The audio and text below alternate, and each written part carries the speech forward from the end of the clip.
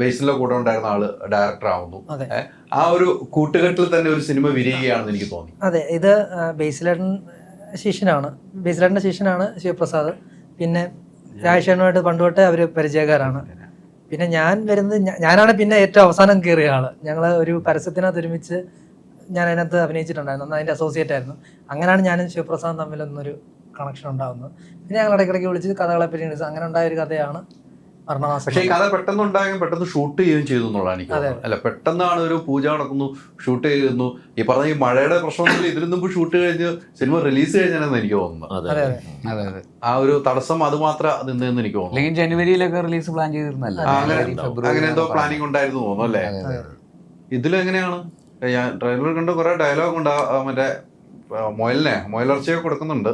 അതെ, അത് അങ്ങനത്തെ ഒരു പ്രത്യേക ക്യാരക്ടറാ. അല്ല, അല്ലെങ്കിൽ പ്രത്യേക ക്യാരക്ടർ ആളോ എടുക്കുന്നത്. അത് അങ്ങനെ വരുന്നുള്ളൂ, വേറെ കിട്ടാഞ്ഞിട്ടാ. ക്യാരക്ടർ ഓക്കെയാണ്. അതിൽ ഏറ്റവും ബെസ്റ്റ് കാസ്റ്റിംഗ് രാജേഷുണ്ട്. കാരണം ഒരു സീരിയൽ കില്ലറാണ് ഇതിനകത്ത്. ഇപ്പം ചർച്ച ചെയ്യപ്പെടുന്ന സംഭവങ്ങളുമാണ്. കറക്റ്റാണ്. ഇപ്പൊ ഇറക്കുന്ന സമയം കറക്റ്റാട്ടോ. സിനിമയാണ് ആളുകളെ കൊള്ളുന്നത്. ഇപ്പൊ സീരിയലിലേക്ക് കൊണ്ട് നിങ്ങൾ മാറ്റി വെച്ചിട്ടുണ്ട്.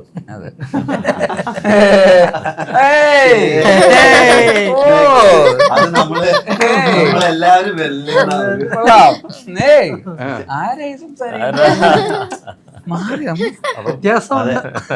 പിന്നെ ഇതൊരു ഫണ്ണാണ് ആക്ച്വലി. ചിരിക്കാറുണ്ട്. കല്യാണം കഴിക്കാൻ പോലും സാധിക്കാത്ത അവിടെയുള്ള ചർച്ചകൾക്ക് തെണ്ടുകൾക്ക് വരെ മൈക്കെടുത്ത് പ്രസംഗിക്കാൻ നടക്കുമല്ലേ?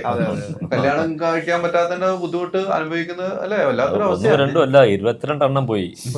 23-ാമത്തെ അപ്പോഴാണ് നമ്മള് മൈക്കുമായിട്ട് കുറച്ച് വയലന്റ് ആവും. ആരല്ലേ വയലന്റ് ആയി പോകും. പിന്നെ ഉറപ്പല്ലേ ഇതും മുടക്കിയാൽ വീട്ടിൽ കയറി തല്ലുന്നുള്ള അവസ്ഥയിലാണ് നിൽക്കുന്നയാൾ. ഇത്ര വയസ്സായി എപ്പോ അങ്ങനെയെങ്കിലും വയസ്സായിരുന്നു സമ്മതിച്ചില്ല. എന്റെ വയസ്സല്ല, എനിക്ക് കിട്ടില്ലാട്ടോ. എന്റെ വയസ്സായിട്ടില്ല. എന്നാലും അതിനകത്ത് കിട്ടില്ലാട്ടോ, ഉറപ്പാണ്. മുടി പോലും നിറച്ചിട്ടില്ല എനിക്ക് ഇപ്പോഴും. ഞങ്ങൾ പോലും അംഗീകരിക്കുന്നില്ലല്ലോ. ഇവര് പോലും പറയത്തില്ലല്ലോ. ഞാൻ അങ്ങനെ പറയണെന്ന് എനിക്ക് മനസ്സിലാണല്ലോ. അലിയുടെ നമ്മളിപ്പോ ഒന്ന് ഒരുമിച്ച് ഇരിക്കാൻ വേണ്ടിയാണോ? അത് ഹൈദരിക്ക നിങ്ങൾ ഒരുമിച്ച് സെറ്റ് ആവാൻ വേണ്ടിയിട്ടുള്ള നടക്കില്ല, സാധിക്കില്ല. നിങ്ങൾക്ക് പ്രായമായെന്നേ ഞങ്ങൾ പറയുള്ളൂ.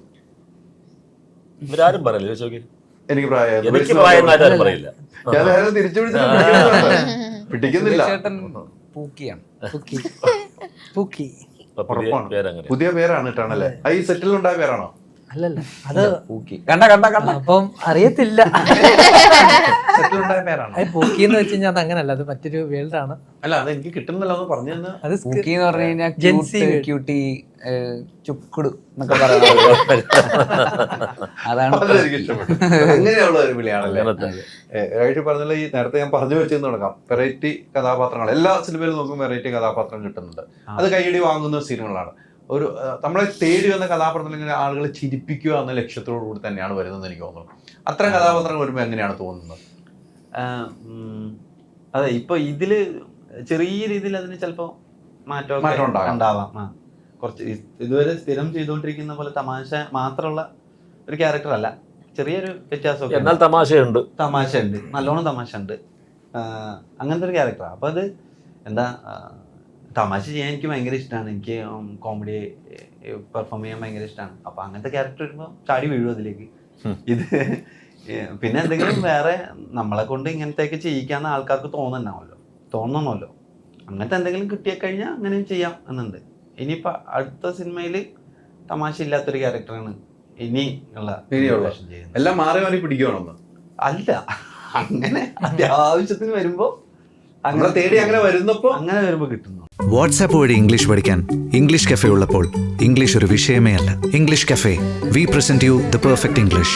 WhatsApp now 9633 888 575.